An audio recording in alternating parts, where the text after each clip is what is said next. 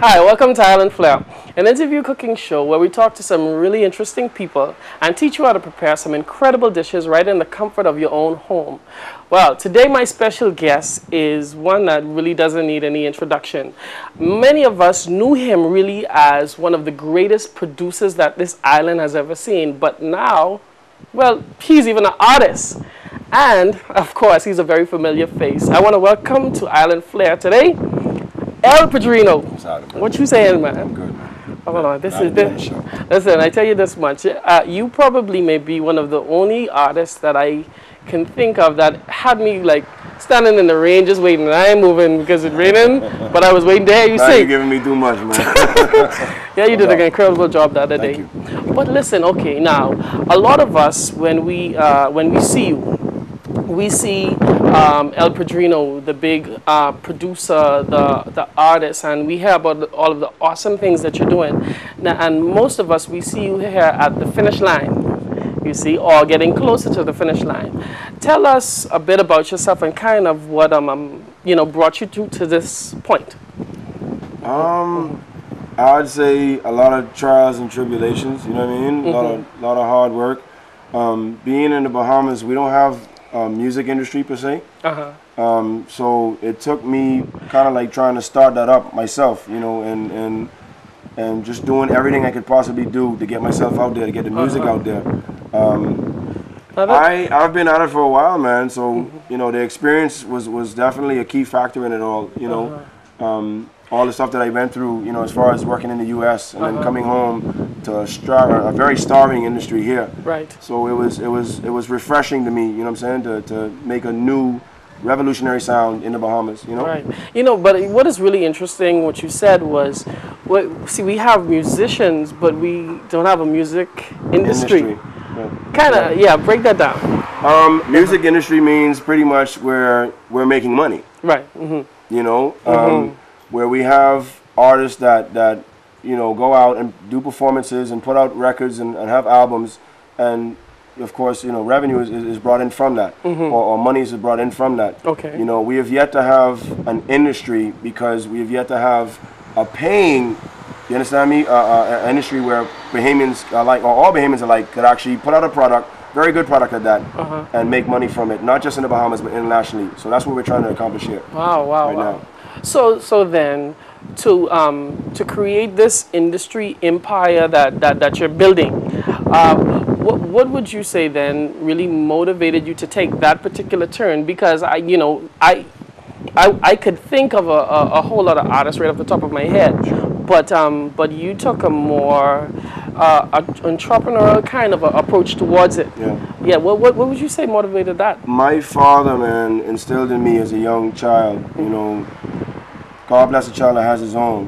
You know what I'm saying? So he's always worked for himself.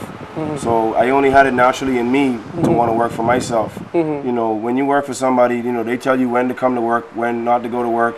You know, when you have sick leave, when you have vacation time. Well, right now, I say when I want to go on vacation. You know, I say when I want to go to work. As long as the work's getting done, right? You know, I shouldn't have a problem with that. You know, but that's pretty much where it started for me. So the whole entrepreneurial spirit came from that. You know, learning from my father. I think most fathers down here try to instill that into their children. You know, being Bahamians, you know, we like to own our own and call what we have our own.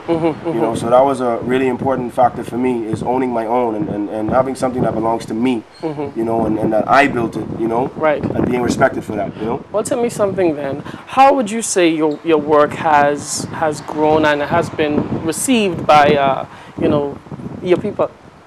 I would say 90% good, 10% bad, but without the bad, there wouldn't be the good. You understand what I'm trying to say? Right.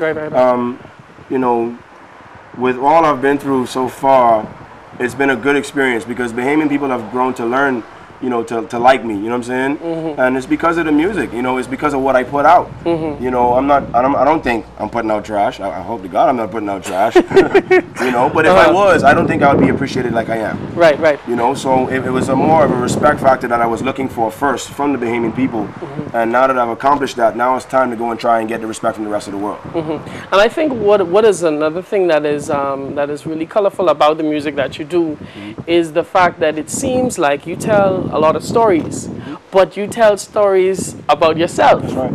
It's like you make an intimate connection with you and your experiences and the music. That's right. Well, you know, but it's almost like you're putting yourself out there.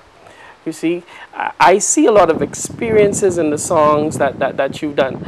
But tell us though, you know, because like I said, a lot of the songs they're really creative and they have a lot of your experience. What kind of pushed you to take that particular turn? Because we don't usually Put ourselves out there like that. Yeah.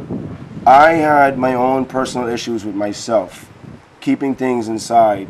You know what I'm saying? I believe now that me expressing myself musically, I'm able to get rid of a lot of problems that I have with myself. So doing that with my music, I was able to deal with a lot of issues that I always kept inside. You know, I have a song that's about, you know, miscarriages and what men go through, you know, who are expecting children, you know what I'm saying, with their other, you know, significant other. But that's never been done, I don't think, before. You know, where we're talking about it from a male aspect. You know, a lot of people, you know, think about it from a women's aspect. You know, well, you know, women go through all of this emotion. Well, men go through it too. I did. You know, so that was me pretty much exposing to the world that not just women go through that, but men go through it as well. You know, and there are fathers that want children in their life. You know what I'm saying? But sometimes they might not have that opportunity to have it. Right. So that was my chance to reflect, in a sense. You know what I'm saying? And show people the inner me. You know, not just what they see, you know, maybe in a magazine or what they hear on the radio, but the actual real person. You know, you connect with with people a lot more when you tell a true story, when you tell, you know? Yeah, I guess that's probably why we connect to you so well. I would hope so. Padrino. Well, listen, I tell you this much. So. One of the things similar to music that that is something that I have over the past couple of weeks really been able to connect to on a whole different level is breadfruit. Yes. Yeah, you see them all over the place. That's right. But listen, let me tell you something. I think I just absolutely fell in a whole different level of love with breadfruit. Yeah. But what we're gonna do today, because of course Padrino's gonna be cooking, we're gonna make a beef stroganoff. It's like a Yugoslavian dish, but we're gonna infuse that with some breadfruit to give it a little islandy, Bahamianish, silky smooth, delicious.